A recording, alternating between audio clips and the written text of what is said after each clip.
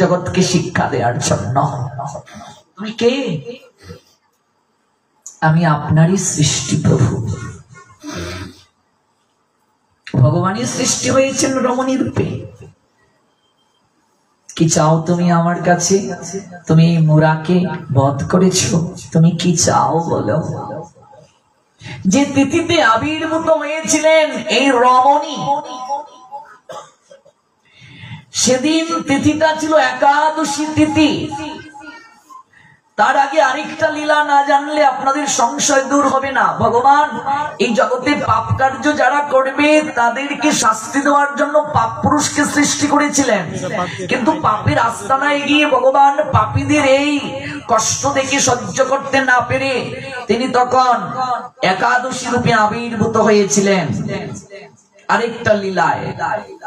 আর বলেছিলেন এই ব্রত তিনি যে সময়ে আবির্ভূত হয়েছেন এই সময়টাতে যারা উপবাস থেকে হরিগুণ গান করবে তিনি কখনো তাদেরকে কৃপা থেকে বঞ্চিত করবেন না। আপনারা দেখছেন জয় গীতা চ্যানেল। যার কারণে ভগবান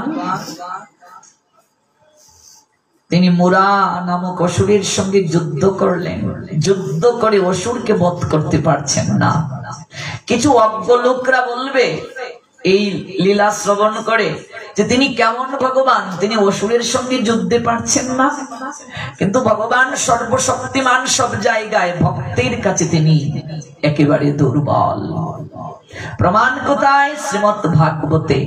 এই যে দামোদর মাস গেল, বলুন তো, যে চিত্রপটটায় আমরা প্রদীপ দেখালাম, যশোমতী মা গোপালকে বন্দন করলেন, যাকে ধরা যায় না, ছোঁয়া যায় না, যার জগতে জন্ম নাই, কর্ম নাই, হ্যাঁ, সকল কিছু দিব্য, এরপরও তিনি ভক্তির কারণে সকল কার্য সম্পাদন করেন। তাকে ব্রজের গোয়ালিনী বন্ধন করে ফেললো। এটা কি দড়ির বন্ধন? এটা বাৎসল্য প্রেমের রশি। যতবারই যশোদা বাঁধতে গেলেন দু আঙ্গুল ফাঁকা রইল। সকল দড়ি একটির সঙ্গে আরেকটি গিট দিচ্ছেন, এরপর দু আঙ্গুল ফাঁকা রইল। এই দু আঙ্গুলের অর্থ কি জানেন?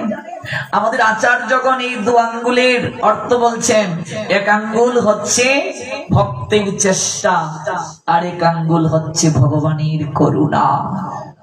ভক্ত যদি চেষ্টা না করি, ভগবান কোনদিন করুণা কিংবা কৃপা করেন না।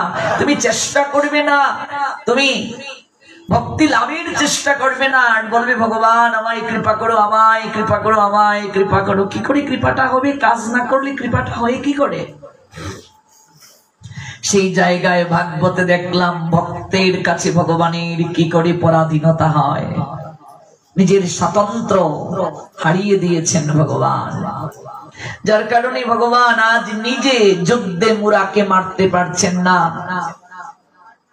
ভগবান কিছুটা বিরতি দিয়ে একটা বৃক্ষের নিচে বিশ্রাম নিচ্ছেন। সেই ভগবানের শরীরের ঘাম থেকে এক অপূর্ব সুন্দরী রমণীর সৃষ্টি হলো। ভালো করে জানুন, বুঝুন একাদশীটা কি। অপূর্ব সুন্দরী রমণী, সে সৃষ্টি হয়েই মুরাকে বধ করল। ভগবানকে প্রণতি নিবেদন করেছে। ভগবান বলছেন তুমি কে? আজকে দীনকৃষ্ণ ঠাকুরের মতো যারা ভক্তিহীনা, শুষ্ক পাণ্ডিত্য, তারা বলবে ভগবান থেকে যার সৃষ্টি সেই ভগবান আবার প্রশ্ন করবে তুমি কে? আর এটাই তো লীলা, জগৎকে শিক্ষা দেওয়ার জন্য। যজ্ঞাচরতি শ্রেষ্ঠ তত্ত্বতে বৈতর জনঃ সযৎ প্রমাণম কুরুতে লোক তৎ অনুবর্ততে। ভগবান কি মহাভারতের যুদ্ধের ফলাফল জানেন না? হ্যাঁ, বিশ্বরূপ দর্শনে গিয়ে দেখালেন সবকিছু তার ভেতরে ঢুকছে আবার বের হচ্ছে। তিনি অর্জুন, তিনি দুর্যোধন। তাহলে তো নাটকটা করার দরকার কি? যুদ্ধ করবে না, তাকে বুঝিয়ে আবার যুদ্ধ করাচ্ছেন, আবার বলছেন তুমি কুরু সৈন্যদেরকে দেখো, আবার ভেতরে তিনি মুহ ঢুকিয়ে দিচ্ছেন, আবার তিনি বলছেন এই দেহটার কোনো মূল্য নাই, আমি ওদেরকে মেরে রেখেছি, তুমি কেবল অস্ত্র চালনা করো। মনে রাখবে, যেদিন আপনার হৃদয়ে এই জ্ঞানটা জাগ্রত হবে, যে ভগবানই সর্প হয়ে দংশন করেন, ভগবানই উজা হয়ে ঝাড়েন। যেদিন আপনার হৃদয়ে এই জ্ঞান জাগ্রত হবে, ভগবানই চুর হয়ে চুরি করেন, ভগবানই পুলিশ হয়ে তাকে ধরেন, যেদিন আপনার হৃদয়ে এই জ্ঞান জাগ্রত হবে, ভগবানই আবার মনিব হয়ে রায় প্রদান করেন, সেদিন আপনি আর কাউকে কখনো নিচু চোখে দেখবেন না। সবার মাঝে গোবিন্দের অস্তিত্বকে খুঁজে পাবেন। আর এই সকল শাস্ত্র গ্রন্থের মূল কথা কবি রজনী একটা কবিতায় ফুটিয়ে তুললেন।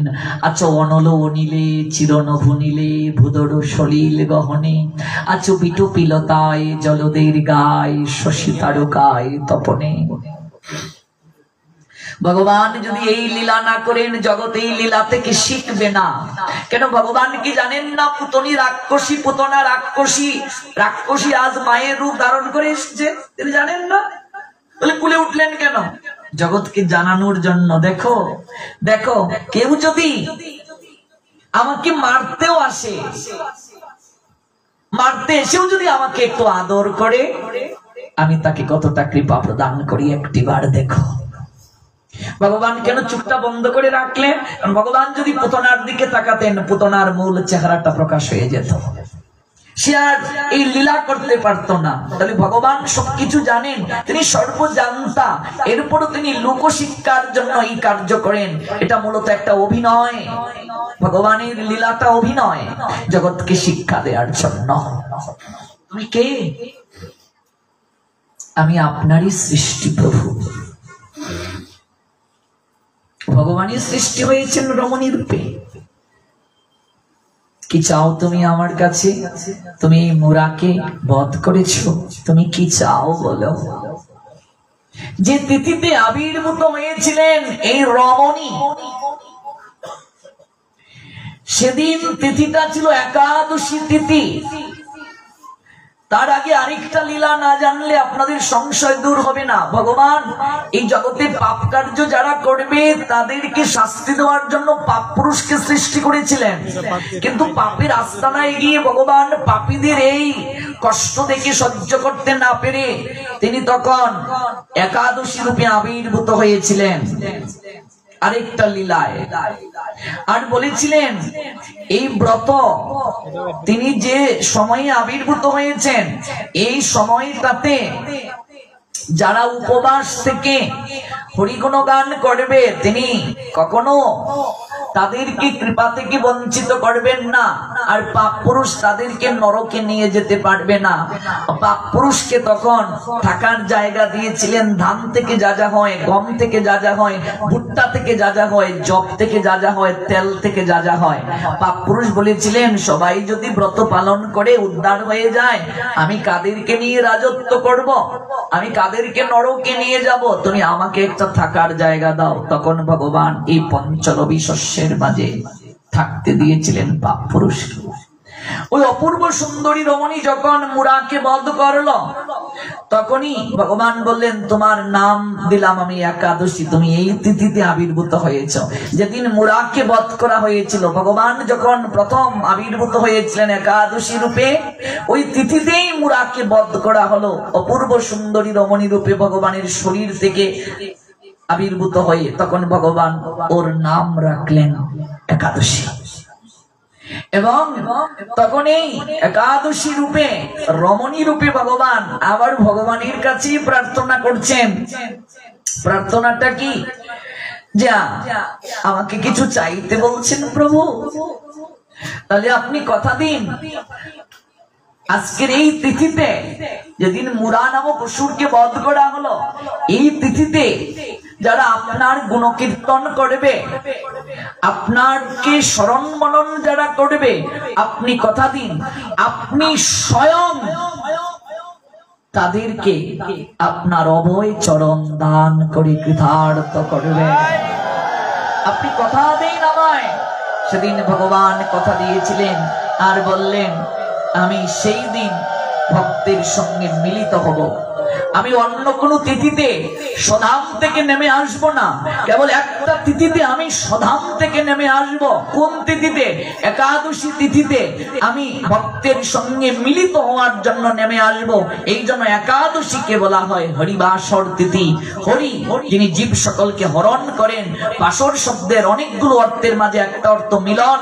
ভগবান ভক্তের সঙ্গে মিলিত হওয়ার জন্য এই তিথিতে স্বধাম থেকে নেমে আসেন।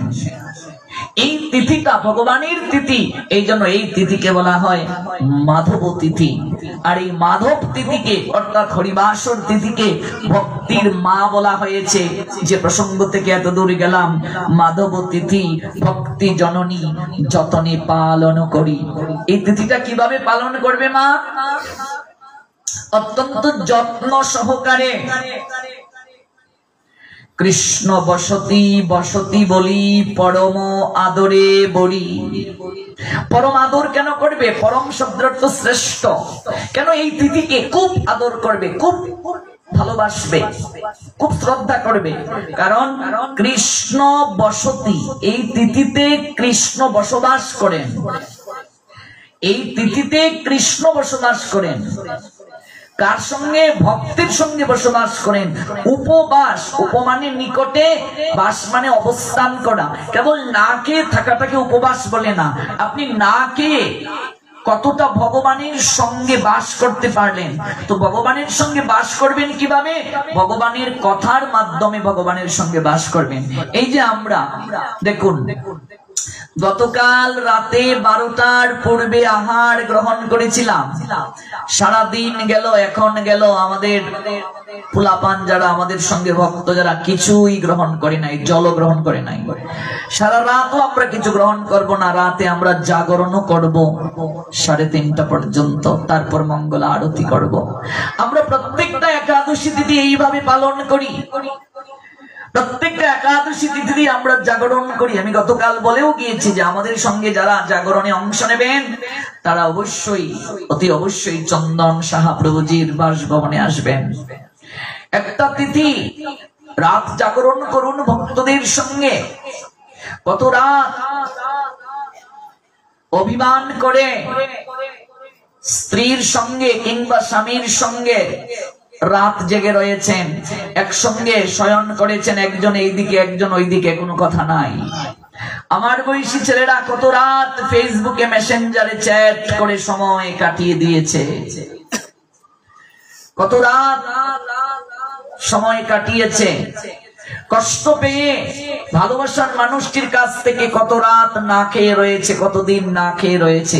কিন্তু একাদশী তিথিতে যদি বলা হয় না খেয়ে থাকো, কত অজুহাত দেয়া হয়। কি করে পারবো বাবা, গ্যাস্ট্রিক হবে, এই হবে, সেই হবে, না খেয়ে থাকতে পারি না, ঔষধ ছাড়া থাকতে পারি না, বয়স হয়ে গেছে বাবা, কি করে সম্ভব, না খেয়ে কি থাকা যায়?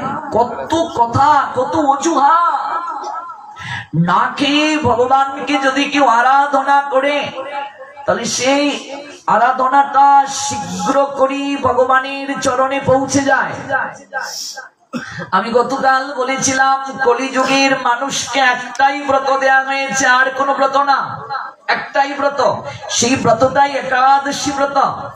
সত্য ত্রেতা দাপরের মতো কঠিন ভজন আমাদের পক্ষে করা সম্ভব নয়। কাজে সকল ব্রতের কৃপা একটা ব্রতের মাঝে ভগবান দিয়েছেন, সেটাই একাদশী ব্রত। কাজে সেই ব্রতের মতো আপনাকে পালন করতে হবে।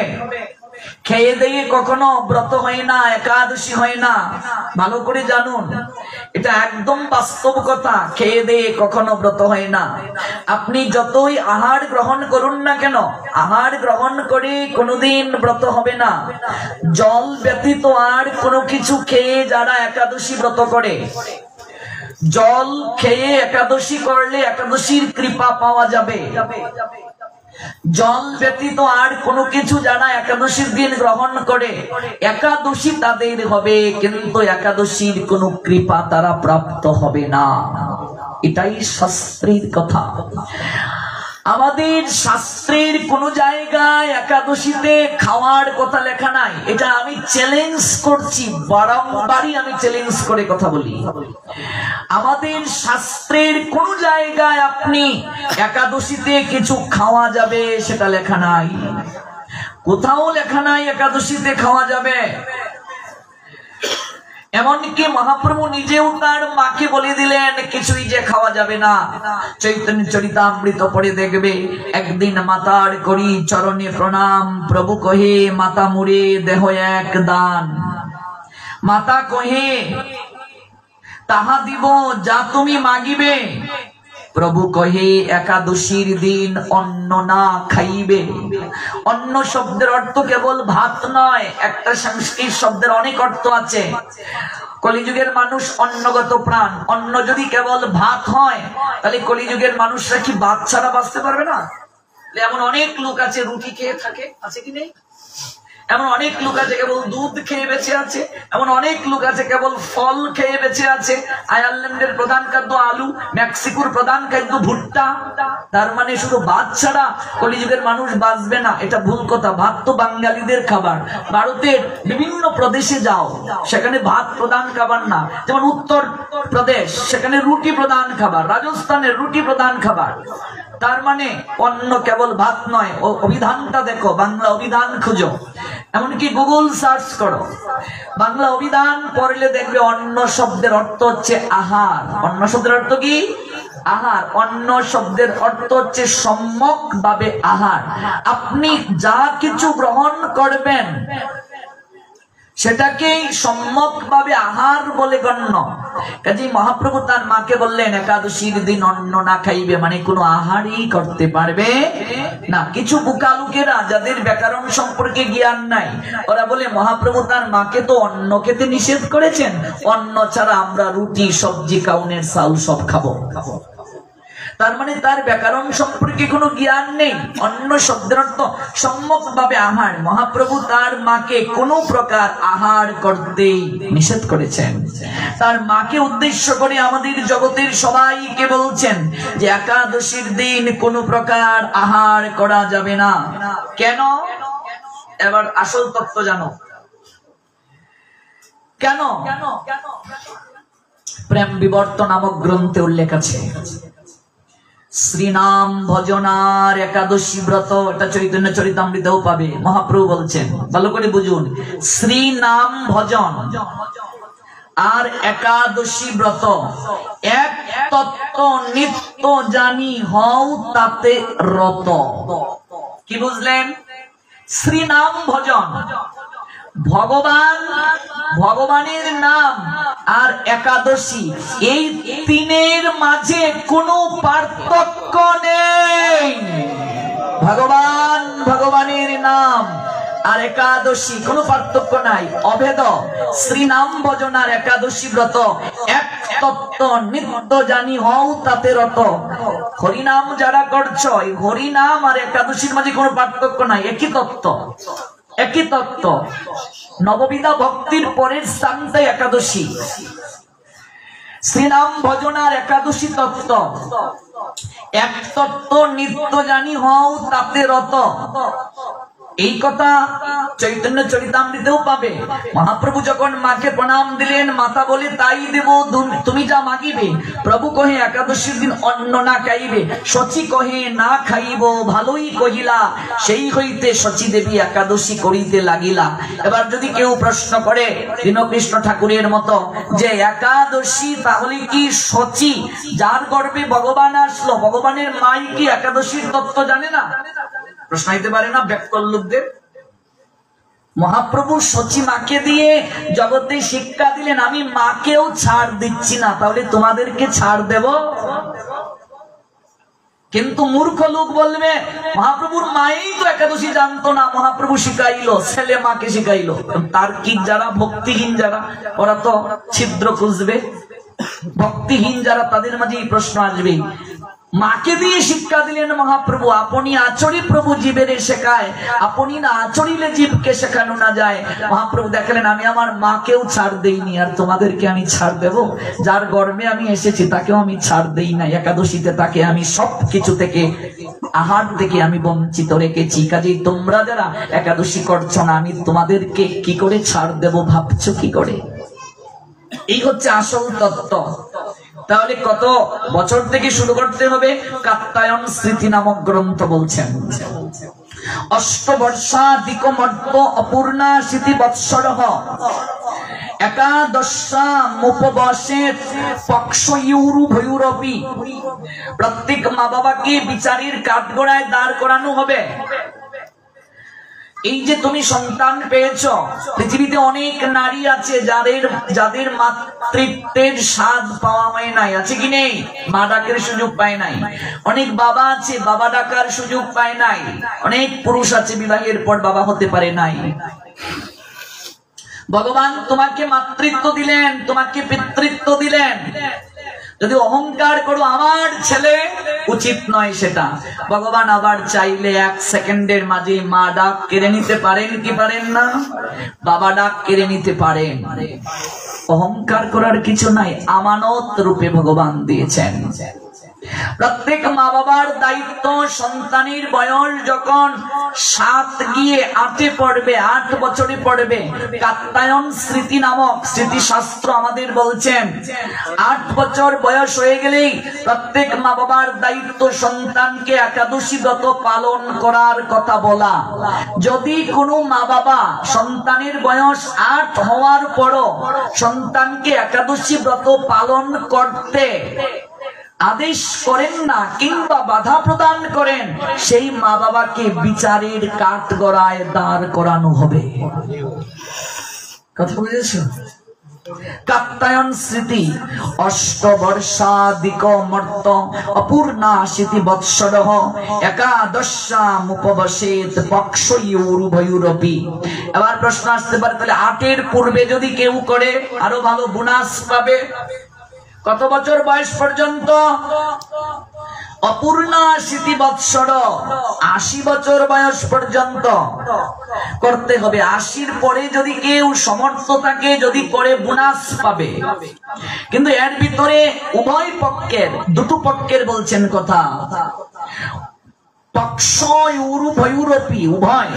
উভয় পক্ষের একাদশী করতে হবে। কিছু লোক বলে কৃষ্ণপক্ষ শুক্লপক্ষ, এক পক্ষের করা যাবে আরেক পক্ষের করা যাবে না, এগুলো ভুল কথা। উভয় পক্ষের একাদশী করতে হবে। আবার কেউ কেউ বলে সধবা যারা, তাদের একাদশী করতে নাই, তারা এক পক্ষের একাদশী করবে।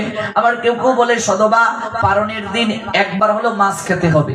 যারা এগুলো বলে প্রত্যেকটা গণ্ডমূর্খ, শাস্ত্রের সঙ্গে তাদের সম্পর্ক নাই। 8 বছর বয়স হয়ে গেলেই ব্রত শুরু করতে হবে, সেই ব্রত চলবে 80 বছর বয়স পর্যন্ত। এবার চলো পদ্মপুরাণ কি বলছেন।